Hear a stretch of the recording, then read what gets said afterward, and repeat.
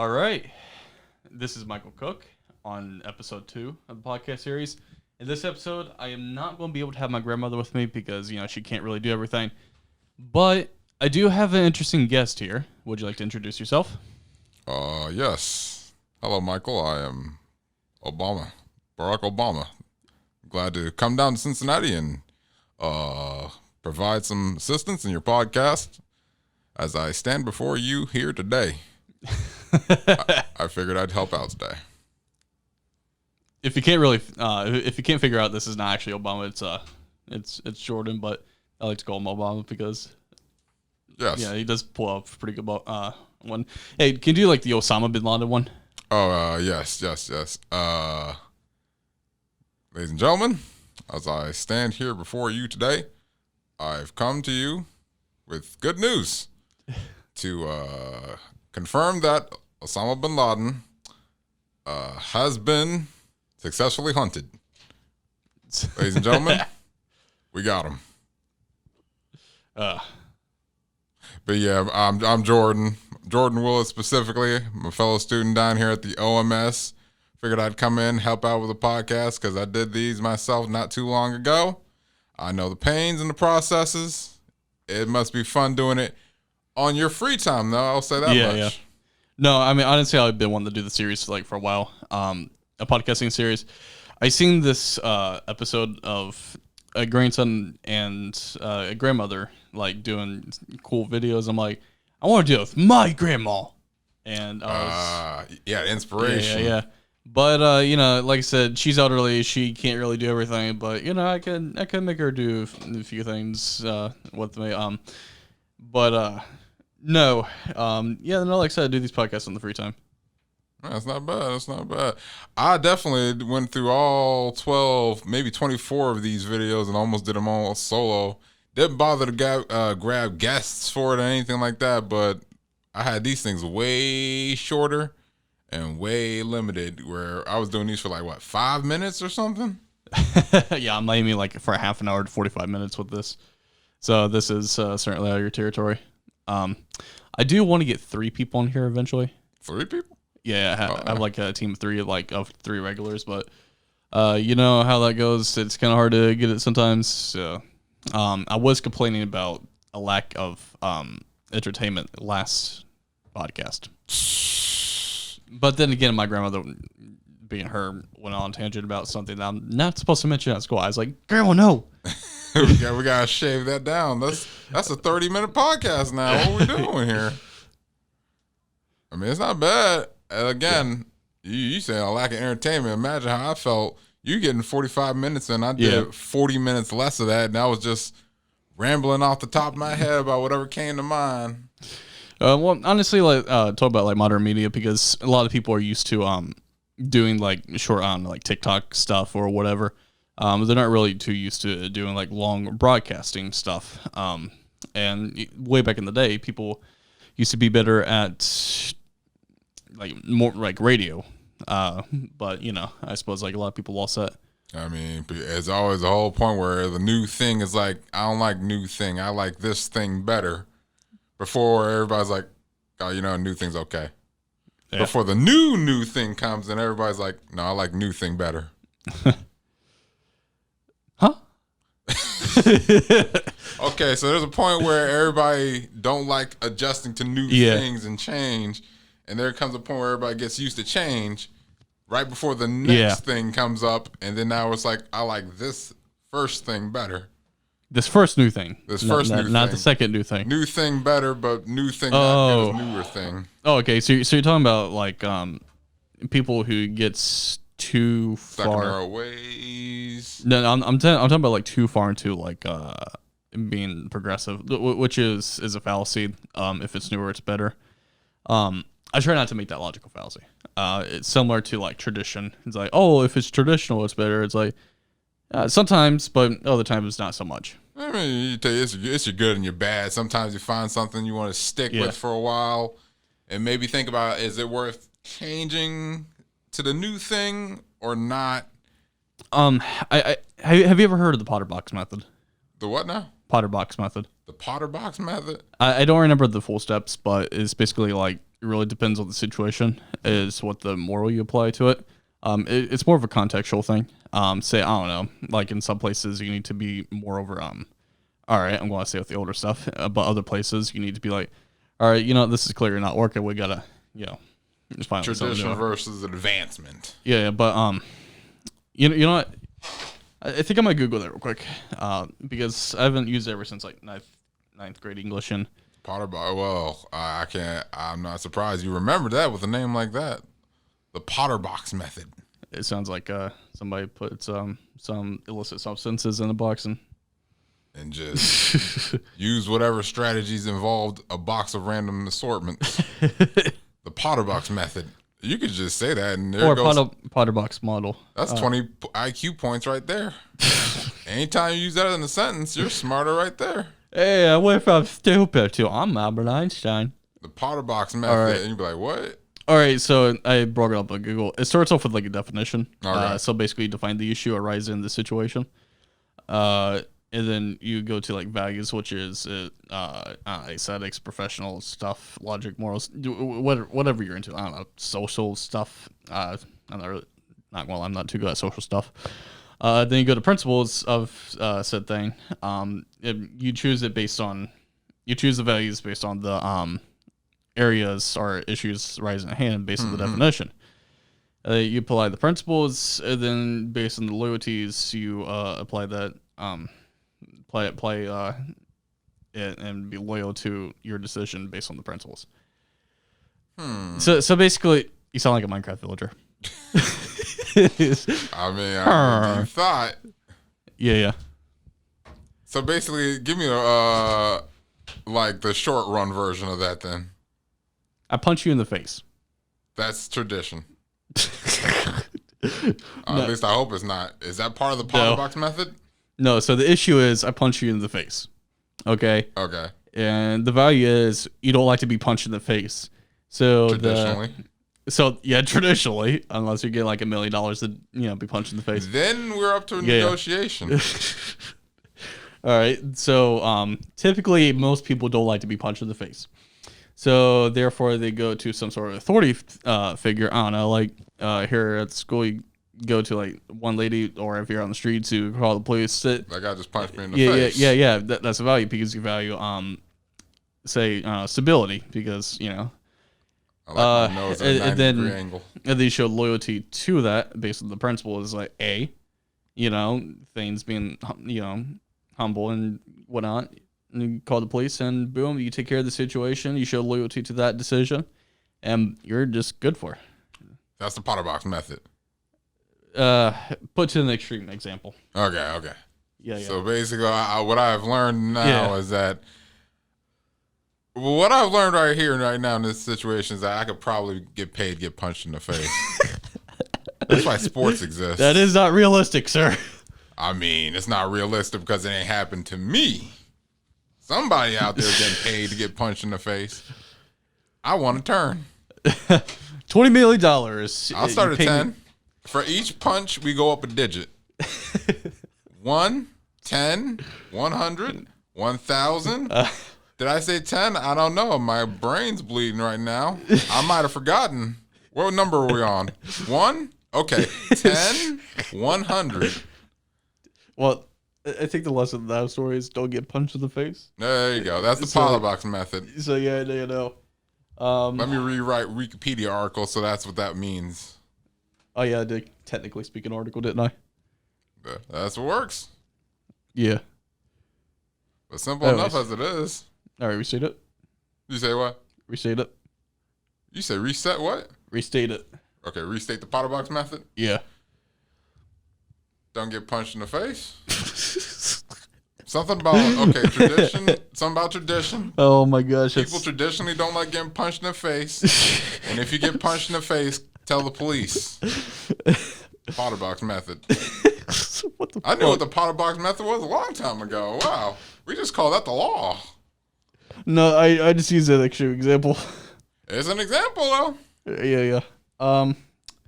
No, but it's defining the issue and then applying certain principles to fix the issue. So, That's what I'm gonna do next time I get assaulted on the street. Going, excuse me, sir. This man just invoked the Potter box method on me. And he's gonna be like, I gotta go. This is great. I'm not on shift right now. This is great. 10-4, we got a Potter box method. I don't know what it means. That's what the guy said. We got this Potter box method on 32 of Sherman Street. I think we need backup because this guy's a crack. maybe the fire department. Get everything. Get everybody. National Guard, Potter box method. Phone up the president. What's that? Potter box method. Oh, dude, this is fucking great. Oh, we're in debt now. We gotta go fix this now. How much do we have? 5 trillion debt? No. Find out what the Potter box method is. What? Oh, dude, that's great. There's a Potter box method? I don't know. Call up our allies. UK? Potter box method? I don't know what that is. We got our own thing going on here. That's what the Potter box method is. I think I just figured that out. Nope, not at all, but it's funny as hell. Yeah, well, that's what's going to be Urban Dictionary. Don't get punched in the face. Then world nations might need to get involved. Dude, that's fucking great. Even enemy nations, even like rival nations, going to figure that out. Fucking like whoever we're enemies with, and like people in North Korea is going to be like, "What's Potter box method? Oh shit! What's going on? We gotta take care of this. I don't know. Potter box method. I don't care about go. I don't like those U.S. people, but we might need to figure this out. We gotta. Oh no, we gotta get Russia. Potter box method. What's going on with that? I don't know. That's it. It's actually a fucking model, but you know. Iraq. What's going on with that? I don't know. No. All right. Cease all the wars. Yes. Stop fighting right now. Everybody find out the Potter box method. There you go. War of peace. It's actually Potter box model, but you just kept on saying method. It was fucking worked. Wait, Potter box method is the next level up security issue. And then I go back to that cop and I go, actually, it was the Potter box model. And then he's got to call the fire department. And then we start arguing what the method and the model is. You just caused a World War III again. Good job. All right. Because of that. You have, based on what I can tell so far, you have an excellent imagination right there. I mean, I don't know. All the ways to achieve world peace, that's one way. Get everybody confused on the same thing. Okay, I'm kind of curious about where your imagination could go. Pencil and speaker. Go. Pencil and speaker. Yeah. Okay, so I can make that happen right now. I have a speaker right here. I just need a pencil. And if I put the pencil on the speaker, yeah, there you go. You got gold. We went from talking about world wars to a pencil and a speaker. That's some range. Yeah, it's a range of topics. Yeah, no, just create something based on a pencil and a speaker. Okay, so pencil and a speaker. So what? If I take a pencil and I jammed it in a speaker, I guess that's a little that I got action. I brought action into that statement. Yeah, that's something. Potter box model. Potter box model. Oh, pencil and a speaker. Tell me, speaker, what do I find out about the Potter box model? I don't know. Use this pencil to figure it out. Police, fire department, we're right back to square one. Awesome. There you go. Pencil and speaker. Is that the technique? We use two items and figure out what's gonna happen with them. Give me two right now. I agree. I don't know what I'm agreeing to. Okay, so give me two more items again. Let me see what I can figure out with that. All right. Speaker board and going number 2. Well, first of all, does the speaker board, do we have plugs in the bathroom? I can't make anything work with a speaker board and a toilet and nothing else. Well, I mean, you can use extension cords. I'm gonna be like, slide left speaker high, right speaker high, flush. Can I get a sound read on that? Flush. Yeah, no. Now you're gonna do 2 more takes. Higher. Lower. Let's get some bass in there. No, a little higher. Perfect. All right. That's the one we're doing. I would. That's some DJ out there so committed to their task that they take a speaker board into the toilet and just I mean, you're sitting down. You might as well. Yeah, I guess so. It's like you just never have to get up to actually do anything. You're just sitting there on on your computer making music. 40 years in the future, you're like, my bottom's stuck to this toilet. I've been here for 40 years making music, and I mean, sometimes it'd be like that. Yeah. Sometimes when you're down for the count, you're down for the count. You might as well take your work with you. yeah. There was actually one lady whose flesh was actually stuck to where she was sitting at. She'd been on the toilet for like several months, and they had to bring her to the doc. I don't really remember what happened to her, To but the doctor? yeah, dude, it was like literally fused to the toilet. Wait, for months? She'd been sitting there for like several months or several years, I think. I don't remember. Was she next to a sink? Did she have some snacks or something? Apparently, the boyfriend kept on feeding her food, right? And she just kept on staying alive there. Just transfer from one. Yeah. So he's funneling food. Dang, I'm like, I mean, I got a bathroom. Yeah. I mean, once you actually get to that situation to where you're literally fused to something, toilet. That's some serious stuff right there. I mean, of all things to be fused to, I guess that's not as bad. Yeah, you could go number 2 on 1 and that's still do it. stuff. Yeah, no. And dehydrate yourself. Thank God she's getting food for it. So how they get her off the toilet then? I don't know. I think they had to call an ambulance, and they eventually got her to the hospital. And I think they tried to unfuse her, but like I said, I don't remember the full story. So. Did she get to the hospital in the toilet? They took the toilet seat off. It was like beep, beep, beep, with like a pallet jack or something like that. I don't like that. I don't like that. You don't like that? Fused to a toilet. Yeah, no, it's a little bit strange. And way back in the day, we'd not be able to talk about this on my past radio. We have like so many fines about this. Oh no, there'd be fines. I thought you was like, I don't know why I thought we were talking about like going all the way back to like the 50s or the 20s or something. Yeah. Where we could barely discuss ankles. Now we're discussing toilet habits of a woman fused to a toilet. Yeah. I couldn't even think about that. Anyways, enough about that topic. I'm bored of it. No, it is actually pretty interesting. Like when I first met you, I was like, "Hey, are you a teacher? You're helping a lot of people." And I was like, "Nope, I am just a student, and I sound like Obama." I might as well be one at this point because I've done a lot of stuff in this class, and I don't know. I guess I pick up on stuff just in different ways. I was born into technology. Well, yeah. You're like what, 20 something, 30? 24. 24. Yeah, no, you're still, you're pretty well into technology. Most people sort of like in their 40s, I noticed, like here at the school, they have like issues with understanding computers and turning assignments, whereas like somebody who's like born in the era. Yeah, they have like a better time. So I really do admire the older people to like elderly who tried their best to actually understand the stuff. It's like, Oh, absolutely. Yeah. My grandmother, for example, I mean, like when she first got a hold of this stuff, it was way back in the day when you had like those big box computers, just typing away. And she is not a computer nerd whatsoever, but she is literally the IT of the household. I mean, yeah, pretty much. I gotta say, I do say that. See a lot of people who are like older in here trying to get familiar with technology, and I think that one's pretty cool because we all grew up in our own different understanding of things.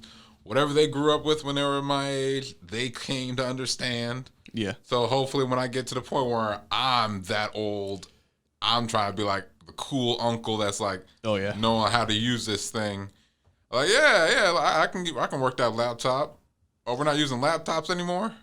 What's this cube we're looking at? It's holographic. I don't like that. Yeah. No, going right back to my computer.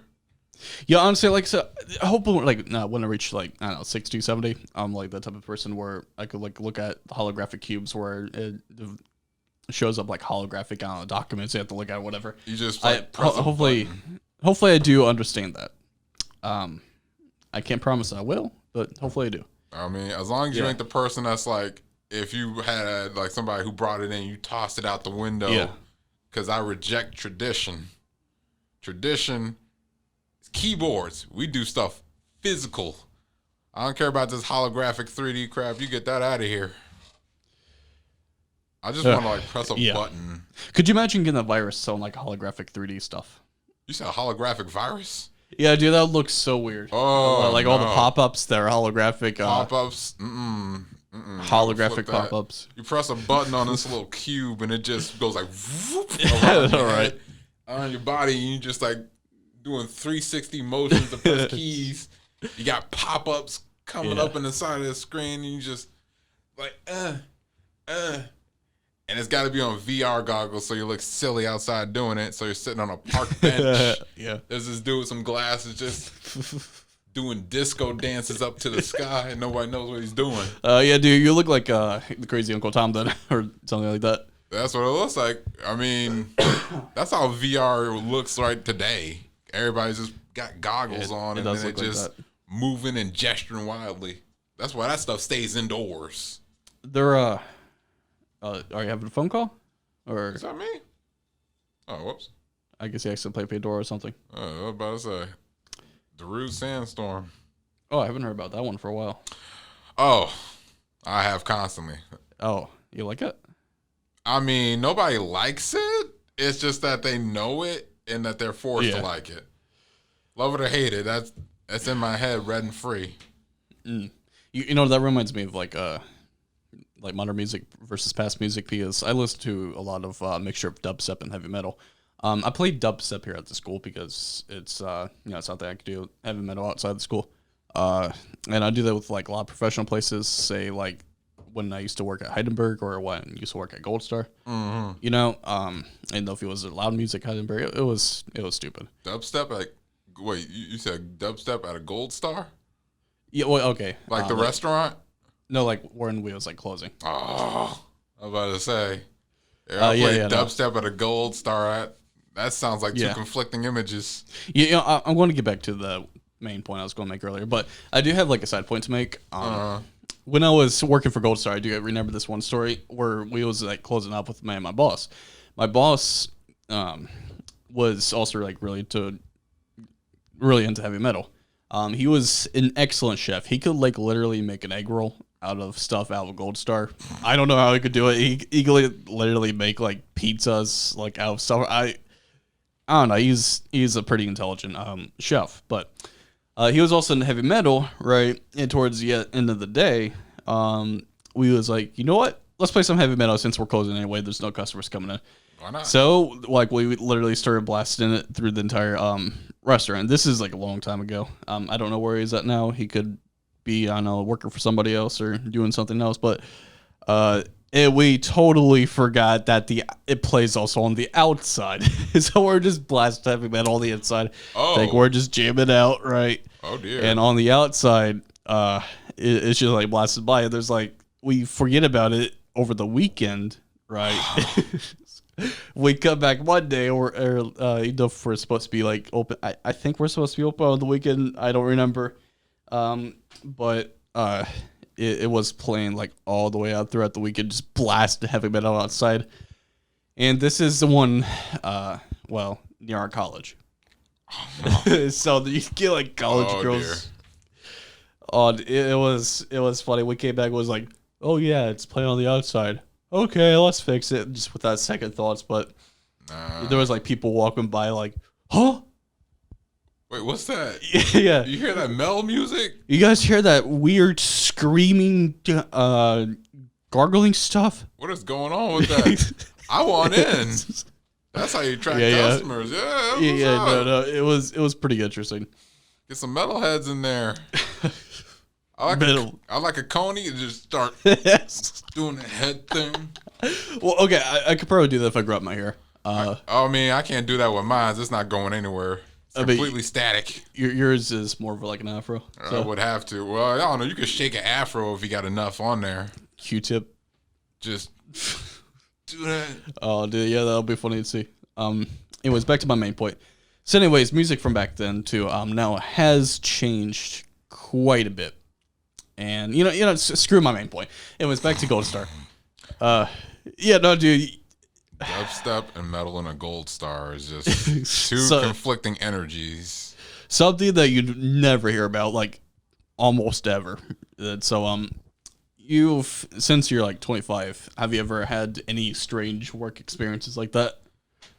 Regarding music? Regarding anything. Let's see, work experiences. Yeah. Okay. I can say I've been working in retail for like a few years now, and one thing I could probably say, all your favorite music, anytime that gets close into a store you work with, all your favorite music goes there to die. I have songs that I loved back in the day or whatever like that, and then I was like, hey, they playing that song. Yeah. Let me do my work. And then like second weekend, I'm like, it's dead to me now. All because you hear it so much and whatnot. I mean, I was like, they would every hour on hour they would play certain songs, like I don't know, like Crisscross Jump or whatever, that one song. And I was like, I ain't hear that song in the longest time, and I got hyped for it. And then it's like by the next year, I'm like, why are they playing that song again? Sometimes they play the same song twice. Oh yeah. By like the next few hours, and then you lose all track of time and memory of what stuff was going on at the time. Okay, well, we're going to take a break real quick. Hey, we're back. Yes, we're back, and it's been like a full hour, not 10 seconds, since we thought there was something going on at the start. But yeah, I hope you enjoyed a full hour's worth of commercials and advertisement in between this period of time. Yeah. But yeah, like I was saying, music. All good music gets old the more and more you play it. When you work at a store and you have no choice but to hear that song over and over again, it does things. Yeah, it certainly does things. But if you guys are actually seriously wondering what happened over the break, there was somebody right outside the door just kind of like staring in and was trying to figure out what she wanted, because... Yeah. That's a pal of mine. We paused it, right? At the second we paused it, she just walks away, like, and we're back. I was like, yeah, well, I guess I'll figure that out in a minute. I guess, I mean, are you in trouble? Nah. Is she coming after you? That's a pal of mine's. I say that. I'm not blinking at all, signaling for help. Everything's fine on this end. Sure. Wink, nudge. But yeah, I'm fine. Yeah. So, when does your class start? Because I don't want to run you over time. I started like 6 or whatever. I ain't got too much going on. Like I said, I came in here to help out with this while we still had a good time for it. You could actually get intern hours for this. Oh, yeah. Yeah. Does it count as intern hours even though I'm like at the school right now, or can I add that to Okay, so basically how it works is you cannot really do it during class time because you're learning class stuff. That's class But like outside of class time, you just get intern hours for it, even if you're in the classroom. Yeah, because I got like hours of work on my vlogs and podcasts that I got to write down. Thank God I got the upload dates for those. So I'm gonna check that out at a point. You're getting at least a good 30 minutes to 45 minutes, or however long this podcast lasts. I mean, I'm aiming for at least 30 minutes, and it looks like we're definitely going to reach that milestone. We're hitting the 30-minute mark. Yeah, that's the longest podcast I've done yet. Yeah, you see how easy it was. You just kind of like relax. You just talk about whatever you want. Relax. Yeah. You just let everything come out your lips, and 30 minutes later, we're here. Just like the Potterbox method. Potterbox method. Oh, I can't get the police in here right now, but I haven't been punched in the face yet. Okay, that has to do a lot with like English writing stories, but honestly, you say it has a lot to do with English, right? You can see why I'm talking about getting punched in the face, because that sounds a whole lot more fun than just English. Yeah, honestly, for me, English classes were a few months ago because I'm 19 and good. I'm out of high school. I really hated that place. Yeah, I was bullied. I'm going to... Sure, I had my high school's experience, and I was like, I was so young, honestly, so naive. Do you actually believe I was bullied? Sure, man. Yeah. You even believe anybody else could be bullied at this point. Yeah. Anybody can be a victim at that point. Some show it more than others. Yeah. Well, to be honest with you, I didn't really have to be bullied, so, I mean, that's a plus, but... I just like sitting there in class, just waiting for that 3 p.m. mark. So I'd wake up, bolt the heck. I was going to say a different word, but bolt the heck out of the school. So I joined homeschool.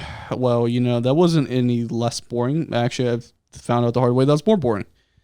So, Oh yeah. Yeah, no. You turn your own living arrangement into a work related zone. Yeah. That's going to Yeah, mess you with know. you. You got your own space to like mentally relax. You bring school there, and it's like you got nothing at that point. Well, it wasn't that. It's just still boring.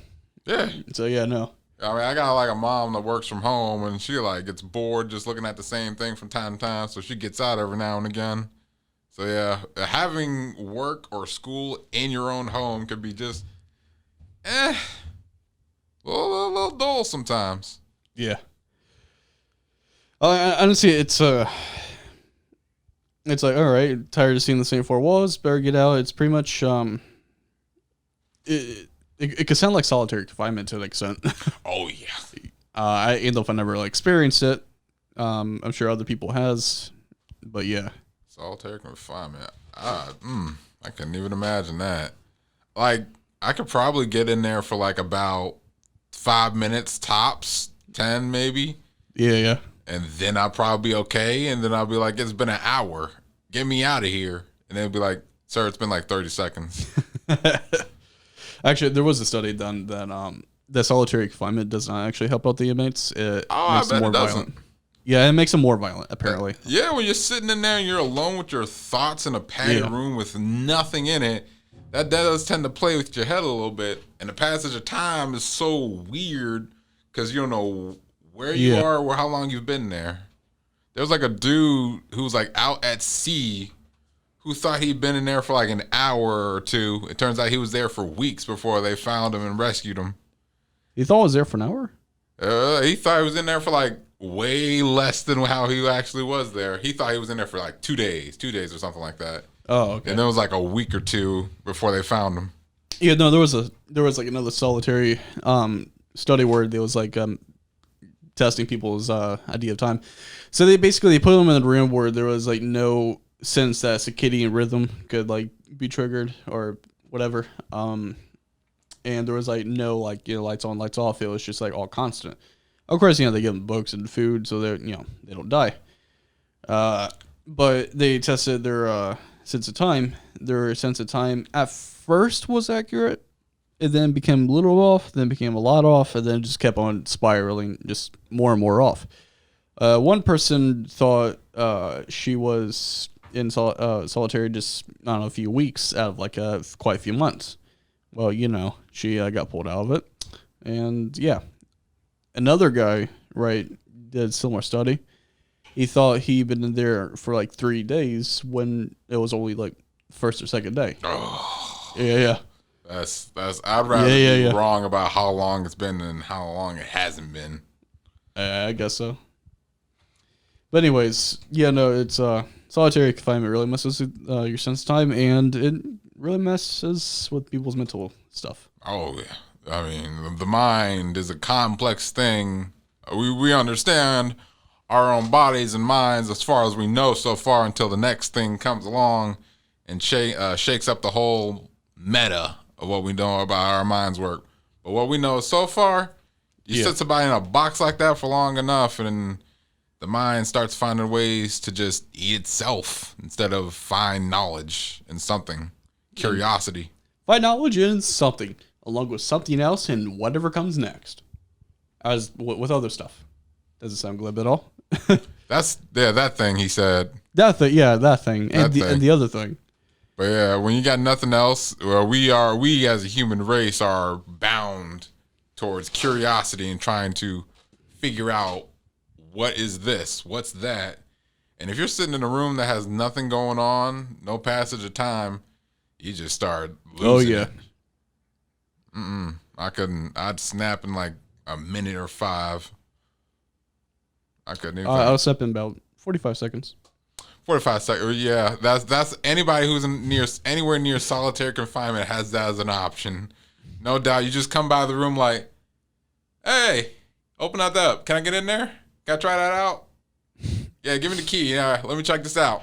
Sit down, be like, all right, I'm good. I'm gone. Yeah, no, right. Anybody that's near solitary confinement is either going in there or putting someone in there. Yeah, pretty much. But hopefully I never really see that. They got like soundproof rooms Yeah. too that some people go in for just for fun, and you sit in there They do and nothing. it's dead silent, and sometimes the silence is louder than any actual noise. Well, okay. Sometimes you don't even really. It gets so silent to where some people has reported to hearing their heartbeat.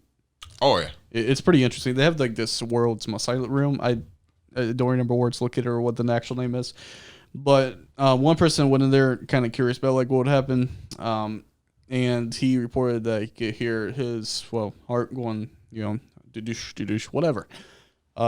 Some other people that went in there was like went mental, right? It's like I hear voices. It's like, well, you go see a psychologist, I guess.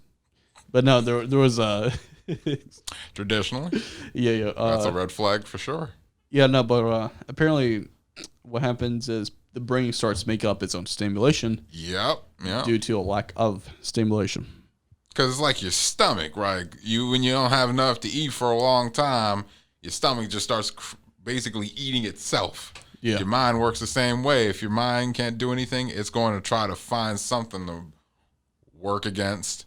You can either give the brain a calculation to work with, or at some point it's just going to hit a bunch of random symbols on its own, trying to get something going. You need stimulation. Yeah, okay. When you said your mind like needs something like calculated and then like something about like symbols, I just imagine like a bunch of like swirly, spinny stuff. Just okay. Just like a galaxy, just like flowing before no, your no, eyes. no, not that. It's like I just imagine some dude spinning around circles, pressing a bunch of squares. It's like, do something. There's nothing. We got no activity. Everything's jammed up. QWERTY. No. He just spins around in circles in the middle of the street, just like pressing a bunch of buttons. Just something. Anything. That's what boredom does to a man. I wish I could express the image to the listeners because it sounds boring hearing about some stupid stuff, but yeah. I mean, that's what these podcasts are always about. No doubt. Fair point. So, like I say, you're used to doing 5 minutes podcast. You said I'm used to doing fight nights? No. Yeah, you're used to doing fight nights. Does that mean I can invoke the Potter box method? Or model, whatever that is? Fight nights means getting punched in the face. $5? 5, 10, 15, 20. What number were we on? 1? Okay, 1, No. 2. Okay, so you're used to doing 5 minute podcast. And Yeah, because they said I could. Yeah, I was yeah. like, I'm going to take that ball and run with it. I'm only doing 5 minutes. Bye-bye. Pretty much. And right now we're at 30 something. See, that's a goal in of itself. Because boy, when I did those podcasts, I'll be looking at the time. I'll be talking for a long time. Like, how long has it been? 1 minute 30.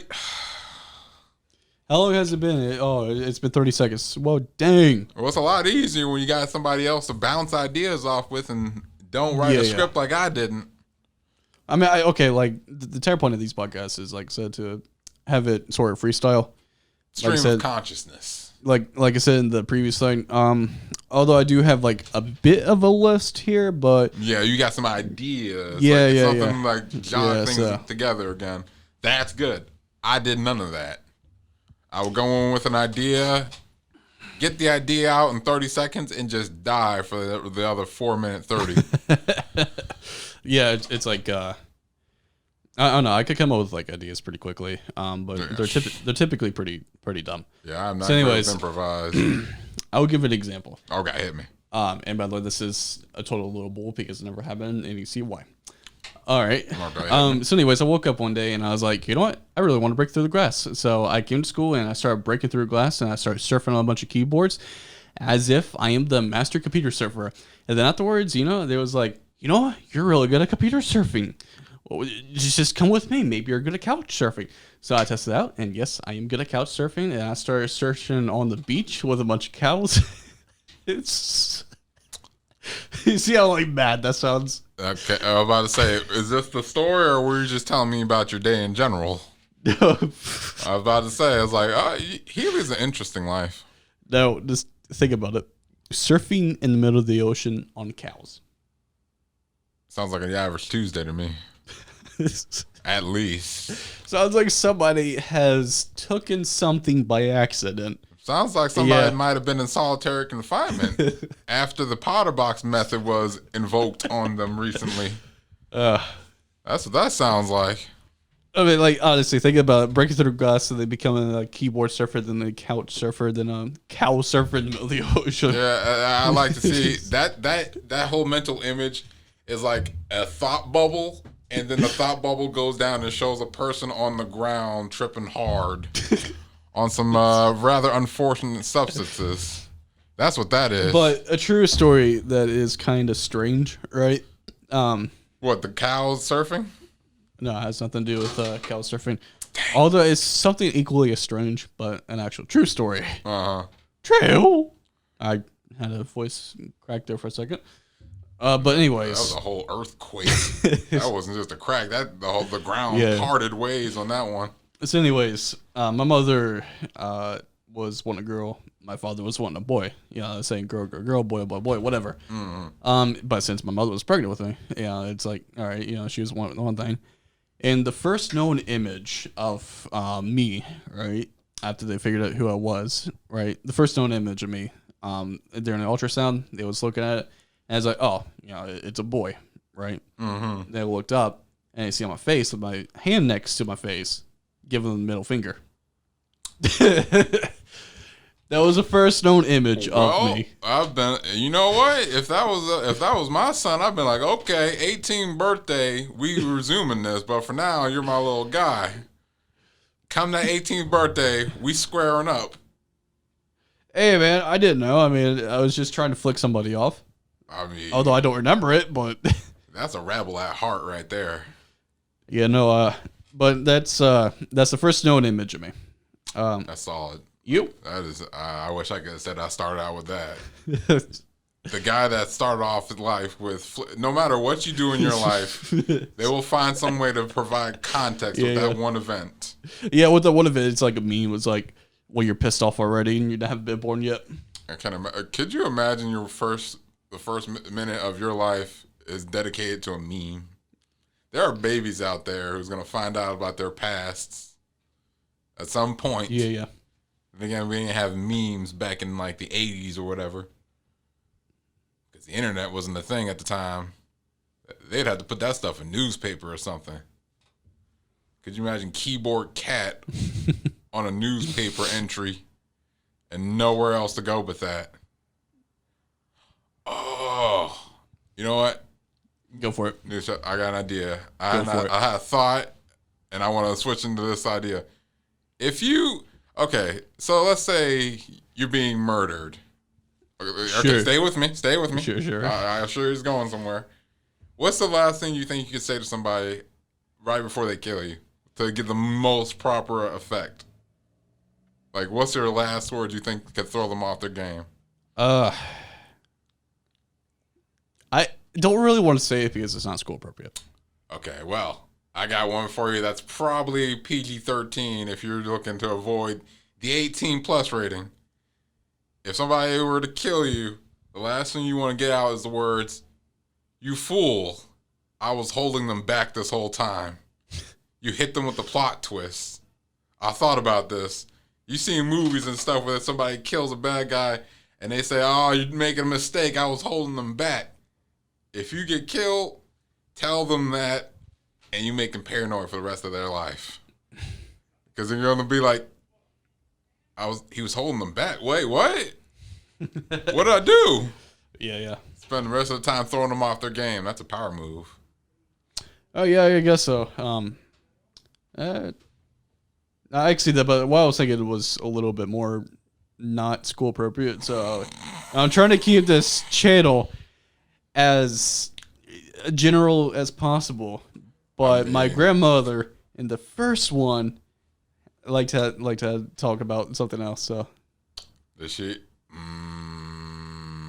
I got curiosities. Were you like, well, this been the point where you like try to pull something out your pocket and just like invoke it on them or something? No. It's all about confusion. If you confuse somebody and make them seem smart in the moment, you can do anything. So that's why I'm like, I was holding them back, or you don't know what you've done. The world's at stake now. all sorts of ideas, mind games almost. But that's what I would probably try to work with. Yep. Good. All right. Words. I agree. Word. Good. Well, see, well, now you're on the same page. Yeah. Okay, I got another idea then. Sure. It's okay. Here's something that's probably going to lead to something far safer. At least I imagine so. What was like one of the first few like crashes of reality you had when you found out something wasn't real? Oh, all right. This is like an actual question. Yeah. Like if you found out, like, something like, I don't know, Santa or whatever. Like when you found out something wasn't real, how'd you feel about it at that point? Well, to be honest with you, like your first reality crash. I did. Okay, for a little bit of backstory, I grew up in a religious family, but like not the typical religious family that you think of. It's more like pagans and stuff. You know, we're pretty chill to relax. Mm-hmm. But so I never really believed in Santa. But however they did, you know, like to do the idea of tooth fairy. Because, you know, that's the way my parents were. Classic. So, I never really believed in Santa, but I did believe in tooth fairy. And when I found out tooth fairy wasn't real, I was like, okay. I wanted Taco Bell. That's all right. Yeah. Wait, that's all right. I want Taco Bell. That's character development right there. I will say that. Yeah, you know, it was just like absolute. Just acceptance. Just like, because nobody ever gets sad about the tooth fairy. Let's be real. No kids ever cried about the tooth fairy. Yeah, nobody does. Santa Claus is one thing, but the tooth fairy, I feel like any kid would be like, oh, well, you're giving me the money then. That's what I'd work that out as. If I had to say, it would be wrestling. Wrestling. I was big on wrestling. Like the Hardy Boys, all that stuff from back in the day. I thought that stuff was real. I got something for you once you're done, but to you. Yeah. So it was like, it came down to a point where I was like, wrestling, that's real. Yeah. That man got hit with a 2x4. No, you can't fake that. And then it came to a point where I was like, oh yeah, that's not real at all. I mean, to be fair, it's still fun to watch. It's like a performance. It's like theater. You're watching somebody put on a show. But that day when, I don't know, Mankind got thrown off Hell in a Cell, landed on a table, that's real. He fell off on a whole cell onto a table. You can't fake that. So it's like you're literally doing stunts. So it's still real to an extent, but for the most part, it's all just performance. Okay, so I'm a guy who actually when I was younger was into wrestling and fighting, but not watching it. All right, I was on to watching it, and I would get to that in a second. I was into doing it, and I would always start fights with my cousin Aaron. If you're listening to this, I love you. But go on. No. But we was like fighting and whatnot, and doing like different wrestling things. Of course, since he's bigger and stronger than me, because you know he was like 2 years older, or 3. Wait, how old is he now? I don't know. He was a few years older than me. He would, you know, obviously won. Still older. Yeah. But yeah. So I mean, I was into it. But with wrestling, on the other hand, it's like I always knew that was fake because for one, I was like kind of like one of those kids. But for two, it's like the reason why I didn't watch it, and it's the funniest reason ever. Uh-huh. It's a bunch of sweaty men wrestling. Whoa. Think about that for a second. I mean, some people are going down for that same reason. Sometimes I want to see a choke slam. Sometimes you get a little bit of both in there. I mean, it's not even taken in the bad way that you're thinking of. But it can be certainly taken into that bad way. But I just don't like getting sweat of other people onto me. As far as doing it, I was going to say, like, I thought watching it was something. Because it's like, how hard is somebody getting slammed if sweat gets all the way out there onto the stands? Yeah. Just like, splash. Yeah, no, I always got kind of grossed out by that stuff. So. Oh, I can imagine. Actually doing the whole grappling. Yeah, I mean, dude, that's kind of gross. I'm smelling other people's armpits and stuff. It's like that's gross. We're gonna hose you down before we grapple. Yeah, you know, where's some deodorant, sir? Bad hygiene and wrestling are two bad combinations.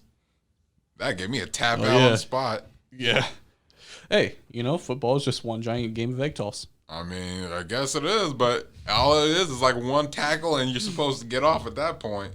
Pretty much. You're spending like a full minute with some dude's head between your arms. You just like, and just twisting and all that stuff. Yeah, I guess so. I bet them wrestlers must be smelling good for them to do that stuff. I would hope so. Ideally. I so I would hope so. I mean, I wouldn't want nobody like that. Oh, I couldn't even imagine.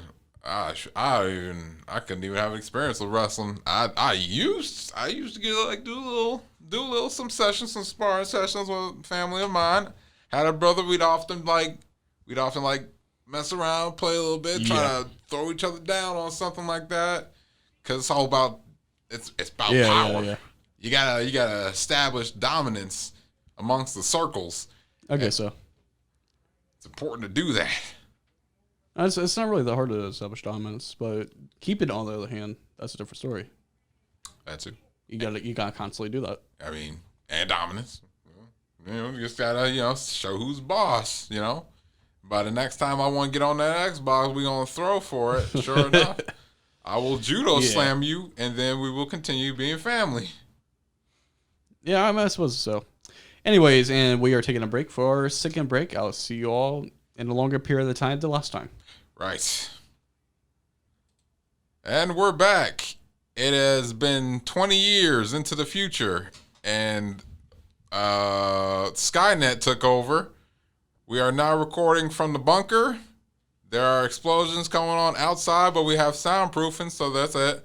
We traded 80% of the human population for a nice soundproof room, but, while the war is still going on, we're just going to figure out to solve this last couple minutes of this podcast. So before we go out and fight for our lives, let's finish this off.